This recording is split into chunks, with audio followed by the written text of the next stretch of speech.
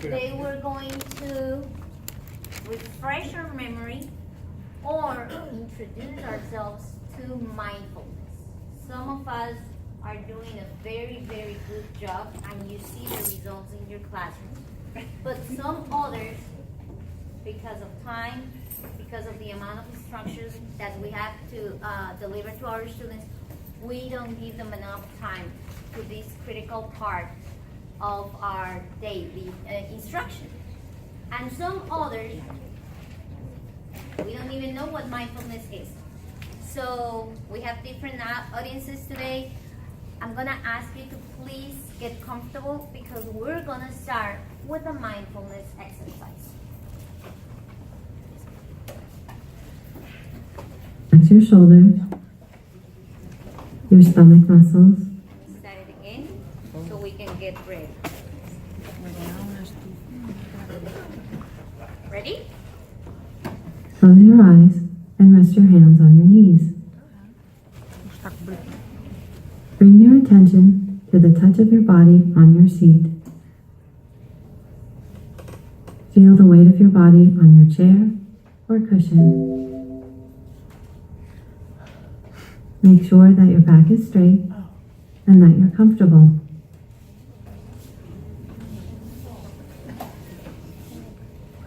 Take a few deep breaths. While you're breathing deeply, relax your shoulders, your stomach muscles, the muscles in your face, your hands, and your legs. Let go of all the tightness in your body.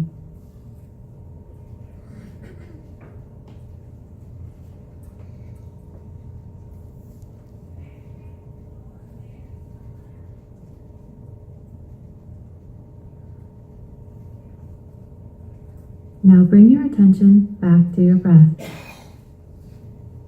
Notice what it feels like as it enters through your nose, goes down through your throat, filling your lungs, and back out through your nose. Notice your stomach and chest rise and fall each time you breathe in and each time you breathe out. And just allow your breathing to be natural and relaxed.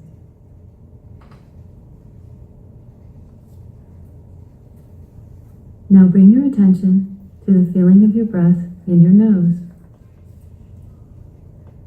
Feel your breath as it comes in and goes out. Just focus on this sensation, paying attention to each time you breathe in and each time you breathe out. As you inhale, maybe your breath feels cool. And as you exhale, maybe it feels a little warmer.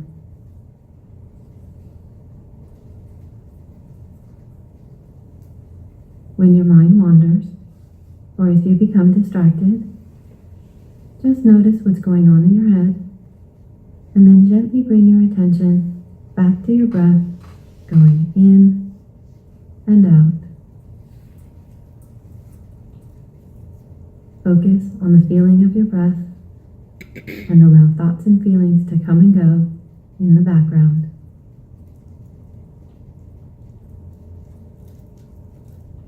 Now gently bring your attention back to the touch of your body on your seat and open your eyes.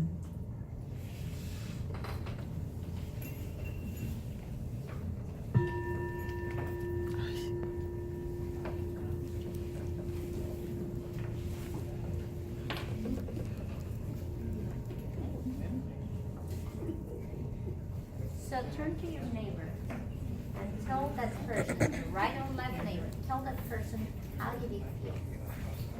How did it feel these 3 minutes?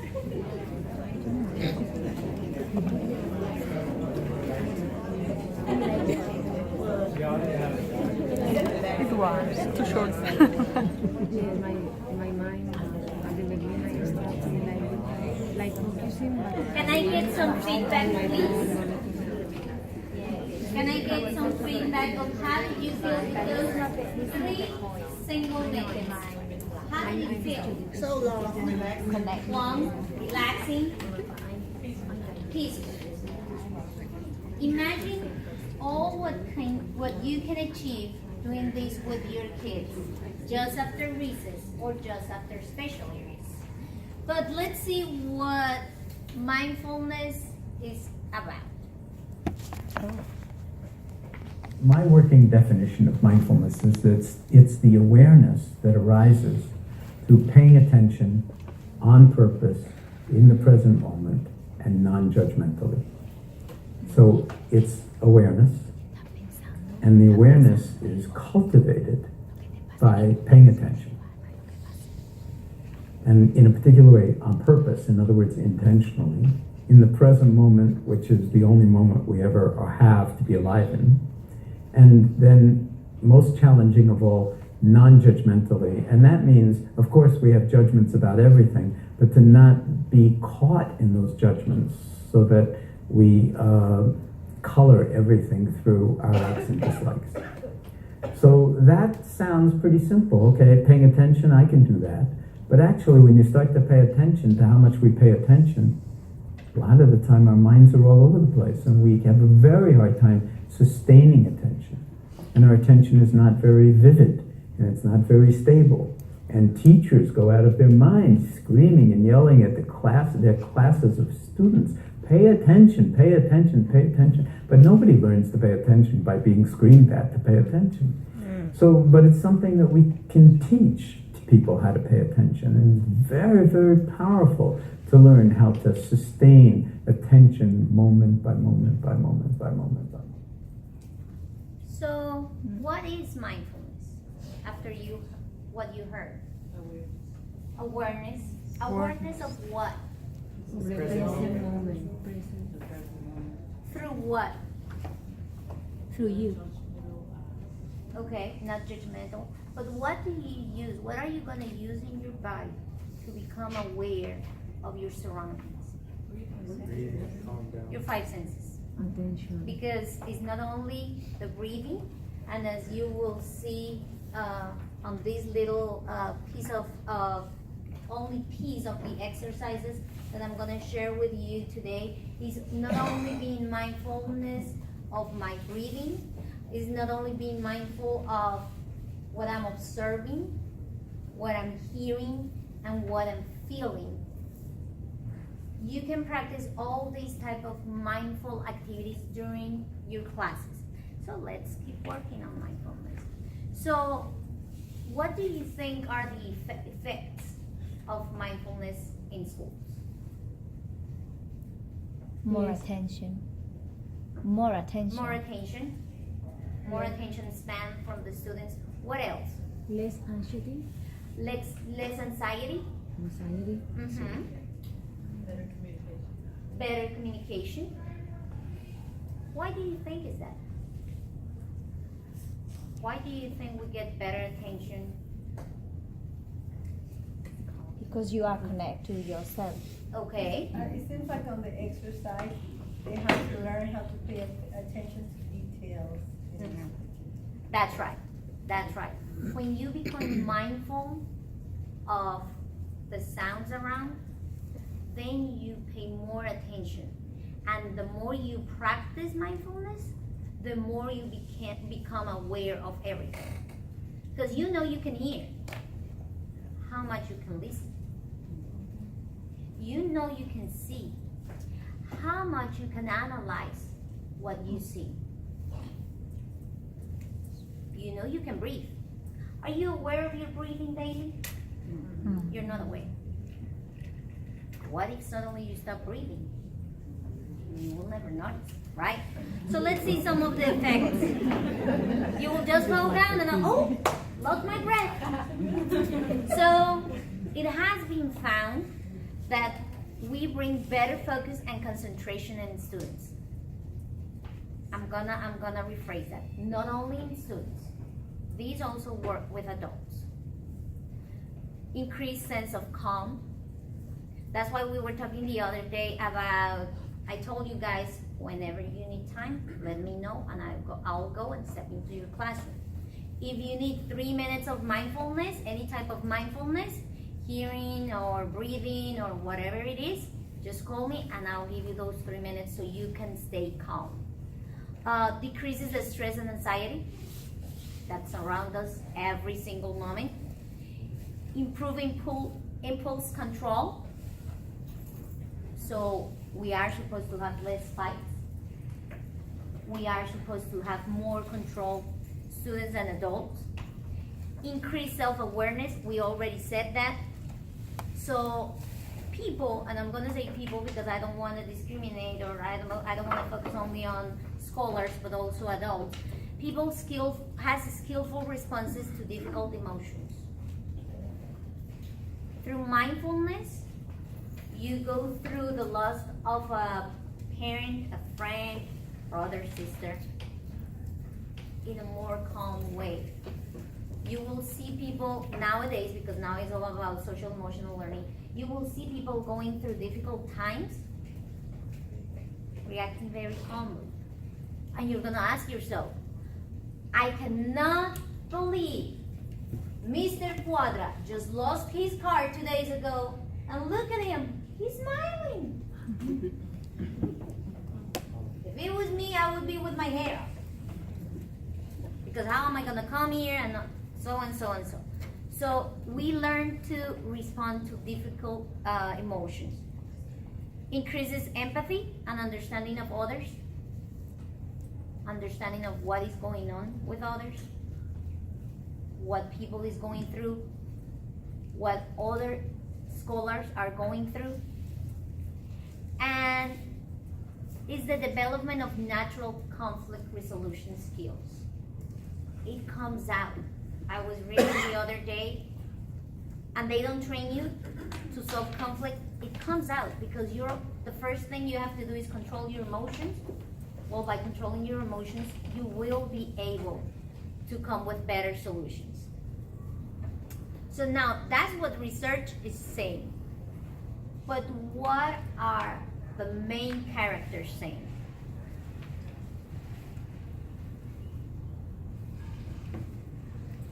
In America's most recent mental health report, Arizona ranked second to last in the nation for worst mental health. They cited correlations due to high poverty, low high school graduation rates, and high chemical release. Cronkite News reporter Cassidy McDonald visited an elementary classroom in Phoenix, teaching students how to use mindfulness in an effort to decrease the mental health epidemic in our state. In Arizona, the percentage of youth in 2016 with severe depression who received insufficient treatment was just over 83%. David Crockett Elementary School in Phoenix is making an effort to improve the state of mental health in young minds by teaching mindfulness classes in partnership with Mindfulness First. I feel very calm. I would never be like this if mindfulness wasn't here. Schools really focus and try to pass tests and really focus on what the content they need to learn, but the missing element is how kids are behaving with each other. Paganini says a mindfulness class teaches children how to be in the present and learn to deal with their feelings. To be self-aware and to control their emotions or regulate their emotions is something they need practice with. Sunny White is the founder and executive director of Mindfulness First. She says it's fundamental for students to learn mindfulness at a young age. When we teach mindfulness, it's a series of lessons that introduce us to our thoughts and emotions, our feelings, our physical and mental impulses, and we do this repeatedly until we know them so well, we see them before they even start. This helps us to self-regulate. I believe that we can help children at a much younger age address any mental health issues. Fourth grade student Gael Gaxiola says the mindfulness classes also help him deal with problems outside of school. When I'm super stressed at my niece because she keeps taking everything from me, go in my room and just take 5 seconds in and 5 seconds out. Just take one mindful minute and it was all good. Principal Sean Hannafin says he noticed significant changes in his students since the classes started. There's a lot of name calling and teasing and not getting along with other people. Students are now stepping up and saying, hey, that's not what we do here at Crockett. It's not the way we behave. And really what we've seen over the last year and a half in working with mindfulness is they're forming empathy for new students coming in. Mindfulness First wants to expand their program throughout the Waltz District. They also hope their research can persuade lawmakers to include emotional learning and mental health wellness in the school curriculum. In Phoenix, Breathe in, breathe out. Cassidy McDonald, It helps you get out your stress. Cronkite News. Mindfulness First is currently working in a partnership with ASU to research the effects of implementing mindfulness classes into schools so that they can present their findings to the legislature. So once again, the practice of mindfulness is not only here, and it's not only in the United States, it's all around the world. Actually, like 2 months ago, I heard of a situation back in my country on which a middle school female student caught another female student from here to here as a result of a aggressive moment. And it is increasing all around the world, because if you see the news, when students go to, if they see Channel 23 Univision, if they see CNN, if they see Fox 4 News, Channel 8, Channel 11, what do they see? Violence. Since they're little. Pre-K ones. What do they see? If the parents are watching Univision at 5 o'clock in the afternoon, the news, violence. What did we see 2 days ago and 3 days ago? 2 days ago in, last week in Charlottesville, 2 days ago in Barcelona. It's all around. Violence is all around. And it is our responsibility to help those students to cope with their emotions in order to make this a little bit better. How? Through mindfulness. So what you saw there are the mindfulness circles. Who has practiced mindfulness circles in their classroom? Can you tell me something about it, Mr. Guerrero? So we just get the students in a circle and then have a little thing to kind of signify that we're going to start. And then we have them close their eyes and think about either it's a happy moment or some kind of moment where we want to work on. Just have them close their eyes and breathe, and then talk to them and just keep telling them about that. What other type of circles have you done? Yes, ma'am. Besides meditation, you can get them and just talk on a topic, whether it be like, what do you think, for instance, you should do if someone were to, fall, or just some type of topic, and you have a talking stick and everyone goes around and says something about it, a talking piece, and it just goes around. And it's actually, it was enjoyable to see because the kids actually listened to one another, and then they're like, oh, but such and such didn't go, because the kids were like, I don't know, can you come back to me? And then make sure it went back to that student. So. Another different experience? Any other type of mindfulness circle? So the mindfulness circles are gatherings in which all participants, no matter if they're young or adults, sit in a circle facing each other to facilitate open and direct communication. It provides a safe, supportive space where all school community members can talk about, like she said, sensitive topics and work through differences and build consensus. There are 3 types of circles: checking in circles, peacemaking circles, and academic intervention circles. So let's see an example.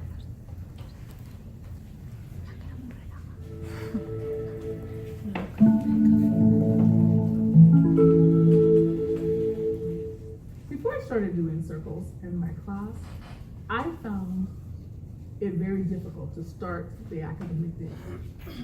Students had things that they wanted to share that had happened with them, things they were concerned about, and I had a very long line of about 25 to 30 students every morning wanting to share personal time with me. It made it absolutely impossible to start the academic day. After the presentation of circles and our staff development, I knew that would be the best way to have each student share and be heard in the classroom.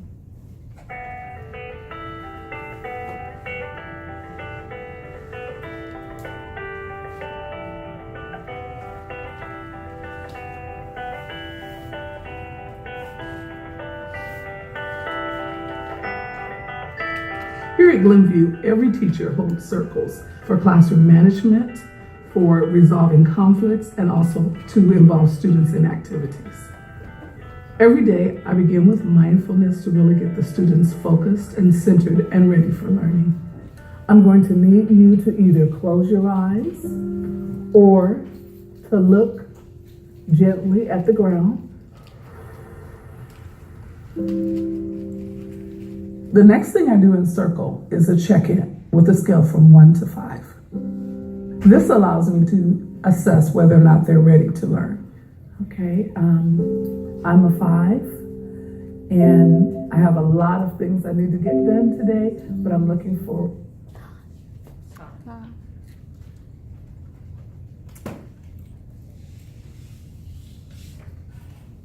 to get them done. Would anyone else like to share why you're a 5 today?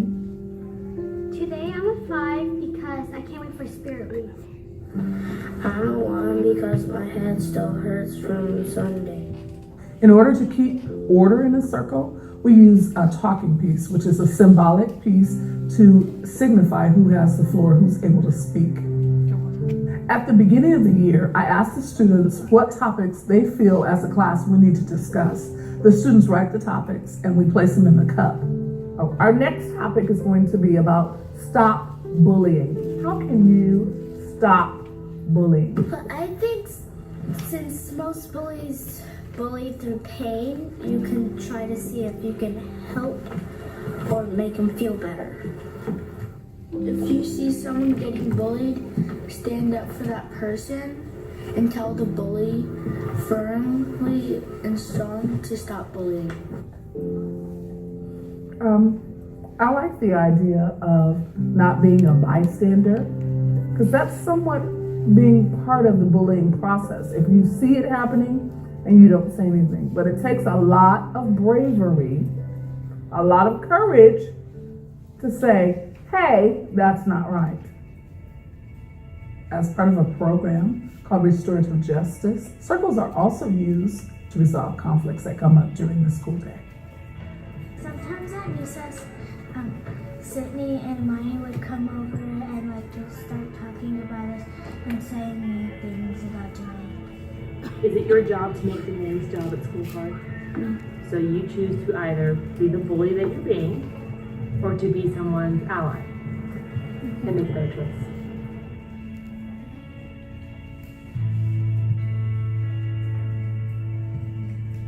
So here's some statistics about the growth of students by the use of mindfulness.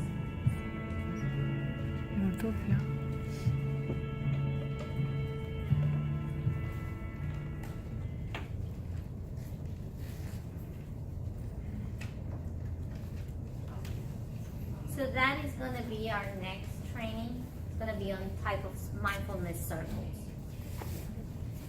But for now, it's time to vote. So could you please stand up? Everybody, let's go. Stand up. So you're going to say vote. What are we going to vote on? No cheating. No coercion. Oh, just because my friend is going to choose that one, so I'm going to do it? No. It's your own belief. We're going to vote on the type of circles that we're going to do in school. Do you want to do daily circles or bi-weekly mindfulness circles? So choose a side. Go ahead and choose a side. On this side, the people that think we should do daily circles, at least for the first semester. This is going to be a first semester decision. Daily circles or bi-weekly circles? Go ahead. Daily or bi-weekly? So you're saying 5, like 2 weeks, 5 weeks. 2. Is it every 2 weeks or is it twice a week? Twice a week. Twice a week. Twice a week or every day? Every day or only 2 days? a week. 2 days Every day or 2 days a week. 2 out of the 5. Okay? So now let's go ahead and, do we need to count? Which one do you think is bigger? Where is more people? Where do you think is more people? Let's go ahead and count. 1, 2, 3, 4, 5, 6, 7, 8, 9, 10, 11, 12, 13, 14, 15, 16, 17, 18, 19. 23. 23. So we'll do it twice a week. Circles twice a week. Thank you so much. That's the middle.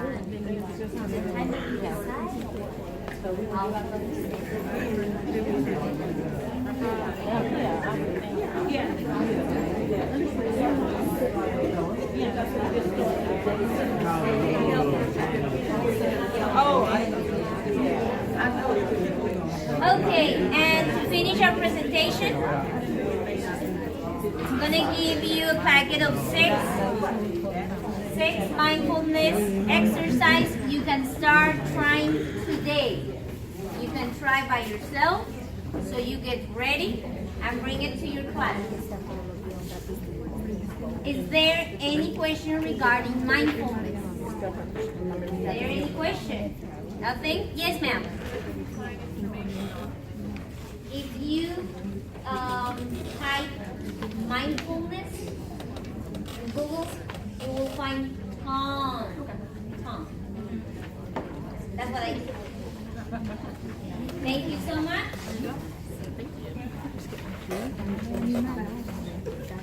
Here you go.